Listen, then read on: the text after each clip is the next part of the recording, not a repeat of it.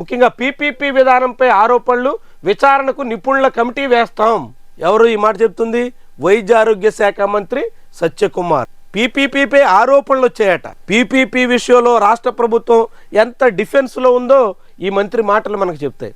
PPP మీద ప్రజల్లో అనేక అనుమానాలు ఉన్నాయి. పీపీపీ పేరుతో ప్రభుత్వ ఆసుపత్రుల్ని ప్రైవేటు వాళ్ళ చేతుల్లో పెడితే ప్రజారోగ్యం ఏమైపోతుందో అనే అలజడి సామాన్య జనాల్లో సైతం కనిపిస్తోంది.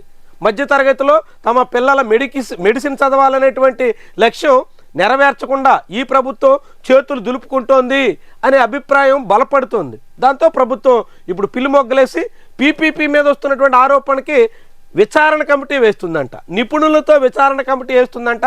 వైఎస్ఆర్సీపీ నిపుణులు కూడా వచ్చి అందులో చేరాలంట. అంటే కమిటీ తెలుగుదేశం పార్టీ కూటమి నిపుణులతో వేయబోతుందా? అందులో వైఎస్ఆర్సీపీ నిపుణులు వచ్చి చేరాలని సత్యకుమార్ అడుగుతున్నారంటే ఆయన మాటలైనక మర్మం ఏంటి? తెలుగుదేశం పార్టీ తమ ప్రభుత్వ అనుకూల పీపీపీ విధానాన్ని సమర్థించే వాళ్ళతో కమిటీ వేయబోతున్నారు. ఈ ప్రభుత్వం పీపీపీ అనుకూల నిపుణులతో ఒక కమిటీ వేస్తే అందులో వ్యతిరేకించే వాళ్ళు కూడా వచ్చి చేరాలి. చాలా కమిటీలో వైసీపీ నిపుణులకు ఆహ్వానం అంట. ఎంత విడ్డూరంగా ఉందో చూడండి. నిపుణులు వైసీపీ నిపుణులు, టీడీపీ నిపుణులు, బీజేపీ నిపుణులు, జనసేన నిపుణులు. ఏంది నిపుణులు లేక? పీపీపీ వల్ల ప్రజలకి ఎంత ప్రయోజనం, ఎంత చేటు అన్నది మాట్లాడాల్సిన నిపుణులు ఉండాలి తప్ప రాజకీయ నిపుణులకి ఆహ్వానం అన్నట్టుగా సత్యకుమార్ యాదవ్ మంత్రే పిలుస్తున్నారంటే కమిటీ ఎవరి పేరుతో వేయబోతున్నట్టు? పీపీపీని సమర్థించే వాళ్ళతో కమిటీ వేసి పీపీపీని వ్యతిరేకించే వాళ్ళు కూడా వచ్చి చేరొచ్చు అన్నట్టుగా ఆయన మాట్లాడడం అంటే దీని వెనక మతలబ్ ఏంటి? ఇప్పుడు కమిటీ వేయడం ఏంటి? అసలు పీపీపీ ఇవ్వాలా లేదా అన్నది ముందు ఆలోచించడానికి ముందు కదా కమిటీ వేయాలి. కమిటీ ప్రతిపాదనల మేరకు కదా అడిగేయాలి. పీపీపీ నిర్ణయం తీసుకున్నారు. పీపీపీ ఎవరెవరికి ఇవ్వాలో కూడా దాదాపు కన్ఫర్మ్ చేసేసుకున్నారు. పీపీపీ నుంచి వెనక్కి తగ్గేదే లేదని ప్రభుత్వం డిసైడ్ అయిపోయింది.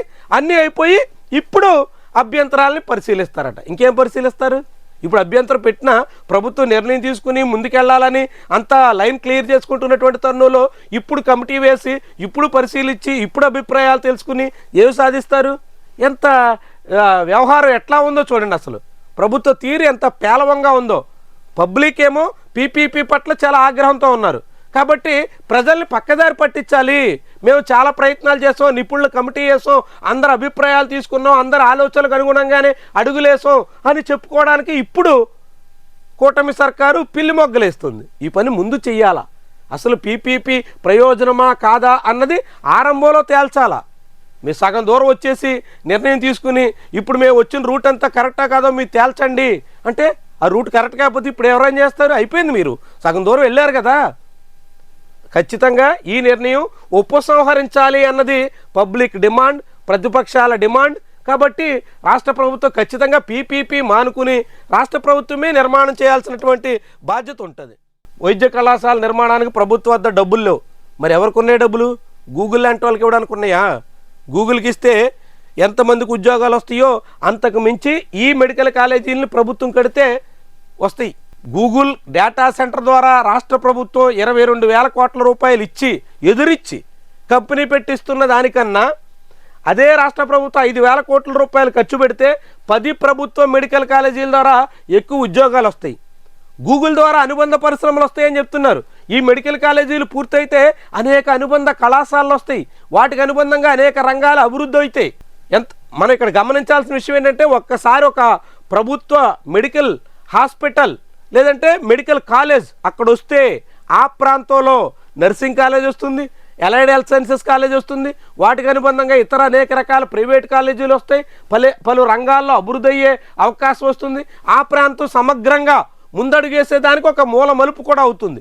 ఇప్పుడు మెడికల్ కాలేజీలు వచ్చిన ప్రాంతం చూస్తే పార్వతీపురం, నర్సీపట్నం, పిడుగురాళ్ల, మార్కాపురం, ఆదోని, మదనపల్లి ఇలాంటి అత్యధిక వెనుకబడిన ప్రాంతాలుగా చెప్పుకునేటువంటి చోట్ల మెడికల్ కాలేజీలు వస్తున్నాయి.